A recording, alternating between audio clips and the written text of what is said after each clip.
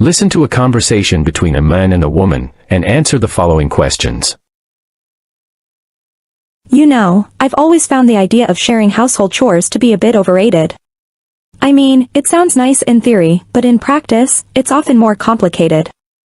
I see where you're coming from, but I genuinely believe that sharing chores is essential for a healthy relationship.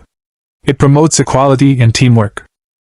Sure, but it's not always a smooth process. Different people have different standards of cleanliness, and that can lead to disagreements.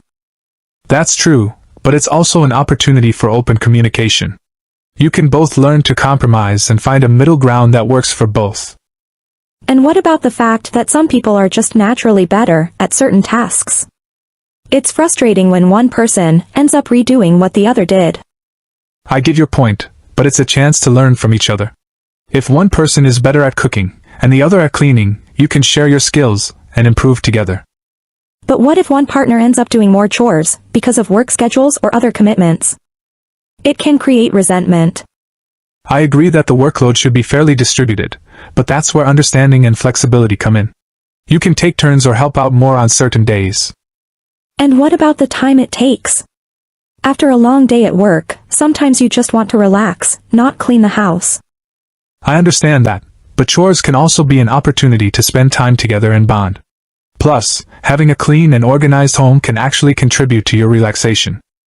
Alright, I see your point, but I still think it's not as easy as it sounds. It requires a lot of effort and coordination. No doubt it's a challenge, but it's a challenge worth taking on. It fosters teamwork, helps you learn about each other's strengths, and ultimately strengthens your relationship. According to the man, what does sharing chores promote?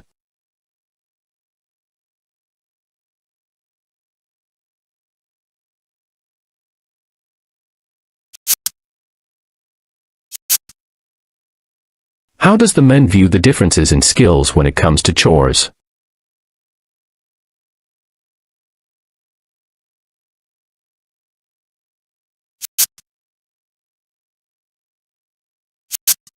What does the man emphasize as necessary for a successful distribution of chores?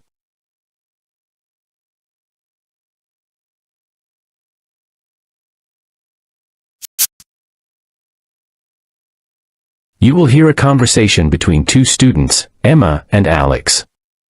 Listen carefully and answer the following question. Hey, have you decided which elective course to take next semester? Not yet. I'm still trying to make up my mind. There are so many options to choose from. Well, I heard the photography class with Professor Johnson is really popular. You might want to consider that. Yeah, I thought about it, but I'm not sure if I have the right equipment for it. I don't own a professional camera. Actually, you don't need to worry about that. The school provides all the necessary equipment for the course. You'll have access to high-quality cameras and studio facilities. Oh, I didn't know that. Thanks for letting me know. Photography does sound interesting. Definitely. And if you're looking for something more hands-on, the woodworking class with Mr. Anderson is another great option. You'll learn how to create your own furniture pieces. Woodworking?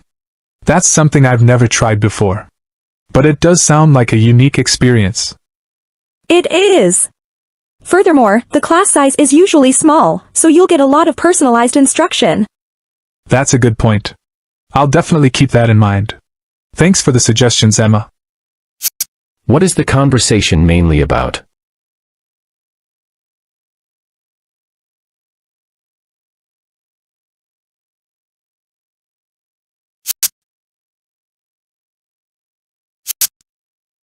What concern does Alex express about taking the photography class?